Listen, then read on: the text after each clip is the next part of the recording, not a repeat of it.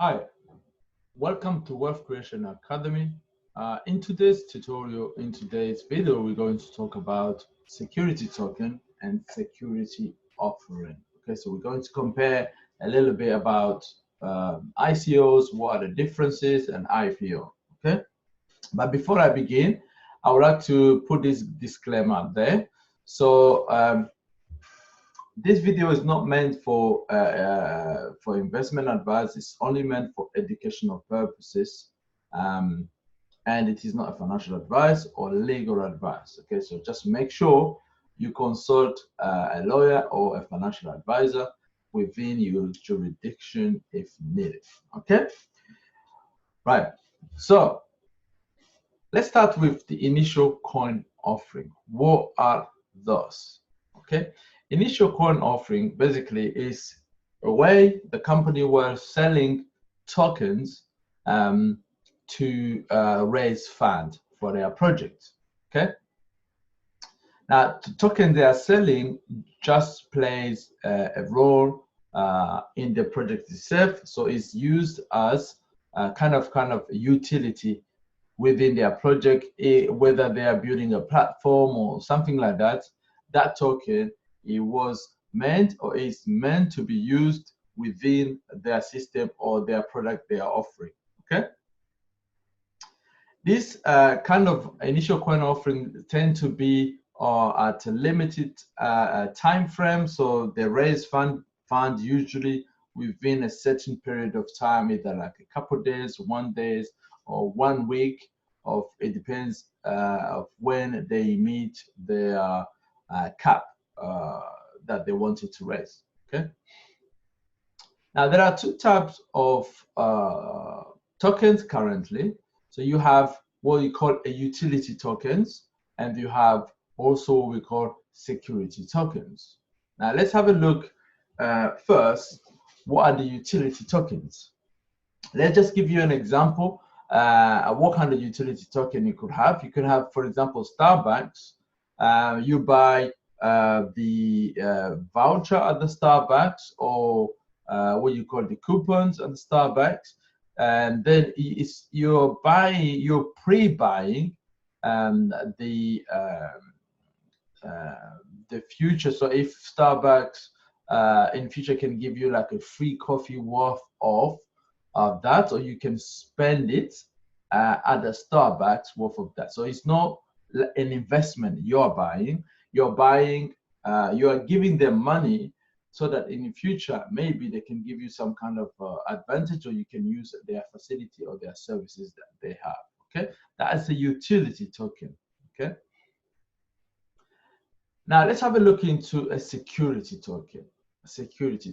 Now, security token tend to represent assets within the company. So they represent assets within the company. Okay, it is a form of investment with dividend. They tend to have a dividend or interest that comes with it because it is a security. Okay, let's have a look at the difference in a bigger picture between the utility token and security token. Basically, utility tokens is a promise of a product or service. So they promise you to give you whatever token they have given to you, so that you can use it into their product or the service they're going to offer. For example, within the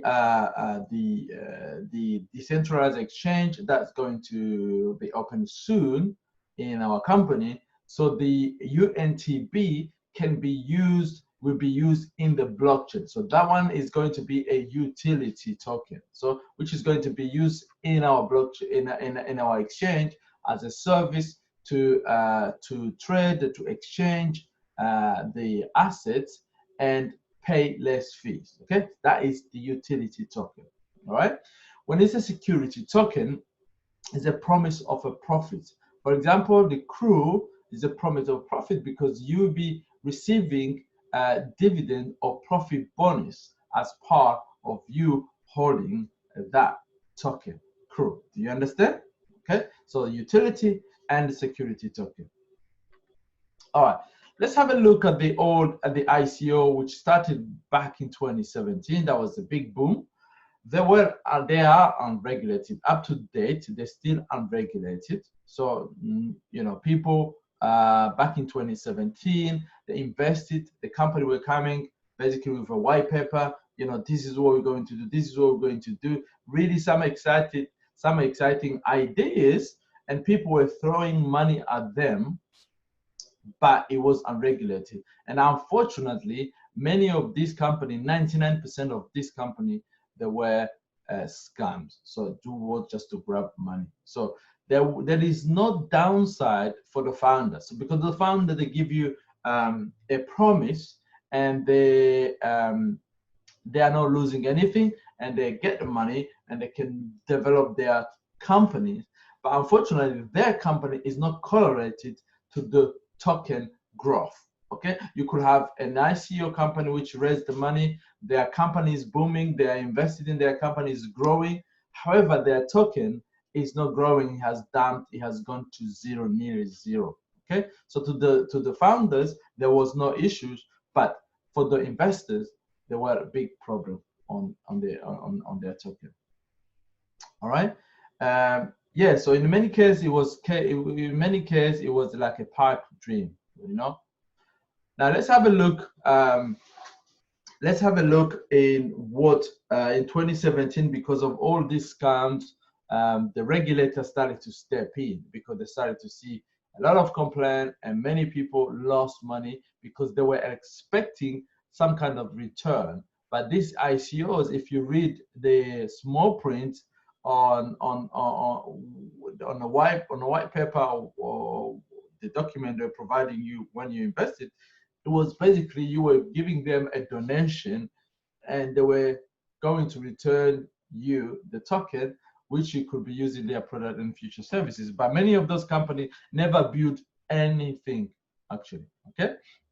Now there is a system. Because of that, what the US, especially the Security Exchange Commission, they use a system, the Howey Test. They use the Howey Test, which means that what's the Howey Test?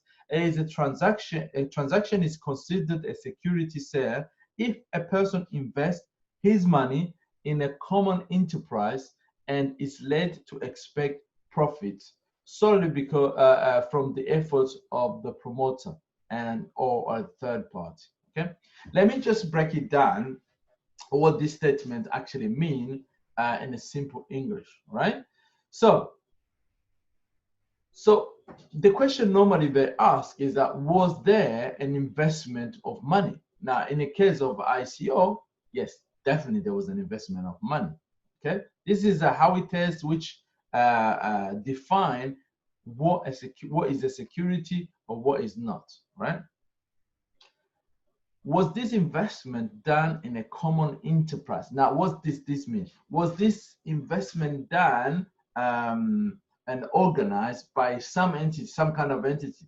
Now, in case of ICO, yes, this is tick the box also, because there were companies that were organizing this type of investment or ICO to raise funds for their company. So this also tick the box to be a security. And another question is, was there an expectation of profit? Now, even though these companies put in you know, they put in a small print that this is a donation, or investor shouldn't expect a return, many investors were investing today and were selling their token tomorrow, because there was no a lockup period for the people who invested at the ICO. The people who invested at the pre-ICO in private sale, they had a lockup period, but those ones were accredited investors. Okay, but the average people, they were buying and selling like the next day. All right, now the people, they still expected profit, so this also will tick the box for the Howey test. And another question which is always confusing and it's always confused people is, are profits the result of a third party effort, right? result of third-party effort. Now, let's break it down more so that you can understand a little bit more, because this statement always confuses people. Now, you can break it down in more by asking all these questions. Who was calling the shot? Who was a decision maker? So in case of the ICO, the owner, the founders of these companies, they were the one who organized this ICO, who were calling the shot, how much was the token going to cost, and who was going to get what, etc. So obviously, these people were calling the shot. So which also, this tick the box. And another question you can ask in this instance is this a passive process for investor? Yes, in case of ICO, people were just investing and expecting to just get a profit, a sell out high, get 5, 2, 6, 10x. There were some that gave actually 100x return, which was mind-blowing. But let's have a look, how about Bitcoin? So if we consider what the ICO companies have done in the Bitcoin, the Howey Test won't apply to the Bitcoin, because there is not a central entity in Bitcoin, okay? There is no one, there's not a Bitcoin company. There's not a company called Bitcoin, for example. I mean, in case of the Bitcoin blockchain. So this would apply. That's why Bitcoin is not a security. It is not a security. There was no ICO raised, there's no fund, and there is not a central entity. It's a decentralized. So when you look at the things, look at the decentralized. If you go to centralized, make sure that we go, or they're applying for the security for the STO process. All right, now let's have a look the comparison of ICO, which is initial coin offering, and IPO, which is initial public offering. The initial public offering, IPO, is a traditional way. Okay, ICO are unregulated, but the IPO are regulated. ICOs, it's easy, fast to raise funds. However, in the IPO process is a very long and expensive, exhausting process for company to raise funds via this process. Is a traditional way and very expensive. In the ICO process, there were many scams, like I say, like pretty much like 90% or 99% of the companies were scams. So they just exited. However, in the IPO, they tend to be legit and is well vetted. Okay. Okay, so now let's have a look at something amazing, something that is coming, something is uptrend, is a security token offering. Is this a better way to do it? Is this a better way than ICO? Is this a better way than IPOs? Let's have a look into it. So security token offering is basically they are raising they are selling securities based on and without the IPO process. They're raising funds, so they don't have to go through the IPO to raise to sell their securities. All the tokens in security token offering are considered securities. So, for example, in our crew, we'll be definitely considered as the securities, because there is that expectation of a return of dividends or profit bonus at the end, and that's why the company is applying for the process of going through the IPO process, the STO process, pardon me. Okay, so, and then all the participants are also considered as investors. Okay, all the participants in the security token offering are considered as investors, and it is AML compliance. AML is anti-money laundering compliance, and they will also go through the checking of identity. So, which is know your customer, KYC, know your customer. Okay, that's security offering. Now, the SEC, Security Exchange Commission, have done some exception for company to raise funds without having to go through the rigorous regulation of IPOs, for example. Now, these exceptions are Regulation D and Regulation CF, which is regulation crowdfunding, and regulation A+. Now let me explain a bit more through this regulation. Let's have a look at regulation D. Regulation D is only for accredited investors. Accredited investors. Now, most of the average people, they are not accredited investors, okay? Who is considered as accredited investor? An accredited investor is someone whose their worth is over 1 million or over $1 million, for example, or anyone who's earning 200,000 a year. They are considered as accredited investors. Okay, so if this is regulation D, it will limit a lot of people, a lot of average people. Okay, and with this regulation D, there is no cap on capital raise. So basically, the company can raise as much as possible through these accredited investors only. Okay, so it's quite tough for many companies to raise, but big organization, they raise fund using this method because they can raise an unlimited amount of capital. Okay, now let's have a look at regulation crowdfunding, so CF. So this is now for all type of investors, whether you are accredited or non-accredited investor. So anyone can invest in this regulation CF. So, but the problem is the capital of money that can be raised for companies is capped or at 1.07 million. You can't raise money via this process more than $1.07 million. Okay, let's have a look. Both regulation D and regulation crowdfunding CF have 1 year lockup. Now, this 1 year lockup, it means if you participate in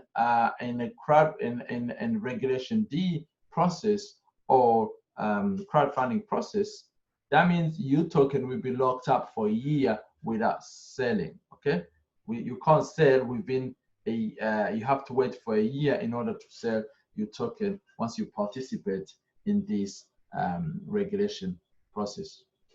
Let's have a look at the regulation A+. Regulation A+ requires the SEC qualification. So you have to go through all this process of like IPO go through. They have to vet you. They have to check, and all type of investors also can also invest in it. And the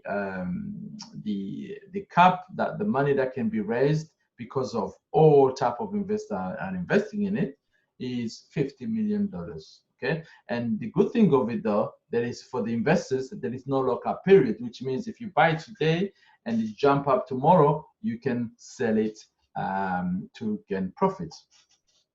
Okay, now let's have a look at the STO advantages. Okay, what are the STO advantages? Why is the company should go through the security token offering process?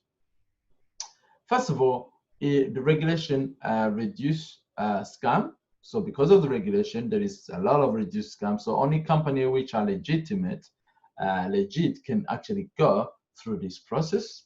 So they are traded, STOs are traded on verified exchanges. So you don't find them on a lot of shady exchanges, okay, like ICOs. So it kind of open up a bigger market for investors. So investors can actually broaden up their investment portfolio. Okay, for the fundraiser, these provide a very easy access to investors, so they can fund a lot of investors for their projects. Now let's have a look. It's okay to just state the good side of it. Let's look at the downside of the STOs. Let's have a look at the downside of STOs. So what are the disadvantages of STOs? First, it is only for the accredited investors only. It's for regulation D. Okay, so which means the average person, you won't have a chance to invest in this type of STO, and you might miss one of the biggest opportunity, for example, because the company that goes through this regulation D, they tend to be really reputable companies, and very solid, and they accept regulation D, only accredited investor. And when accredited investors are investing someone, they're putting a lot of money into the project, which means this company might manage to raise a lot of money and also build some future big company. Okay. Lockup period prevent quick gains. So yeah, basically for the regulation D and regulation CEF crowdfunding, there is a lockup for 1 year, which can prevent a quick gain for somebody who just want to sell quickly. Right. Basically in one word, regulation security token offering. What is it? Security token offering, basically, it is a regulated offering of a tokenized financial asset to the public. So what they do, the company take the asset that they have, they put it on, they tokenize it, and then they sell the raise fund using those tokenized assets. So and many companies at the moment, they are moving from the IPO process to go to this STO because it's very cheap to do, and it's very easy to transact from asset one to another. There will be the cut of a middle person, those those brokers, they will be cut, and for the investor and the fundraiser, it's cheap and easy. So that's what is the security token offering, and I hope you have gained something from this video. I'll be recording more videos about this in the future and link them to what we have in our new economic evolution of the world, what we have to offer. Okay, I'll speak to you soon.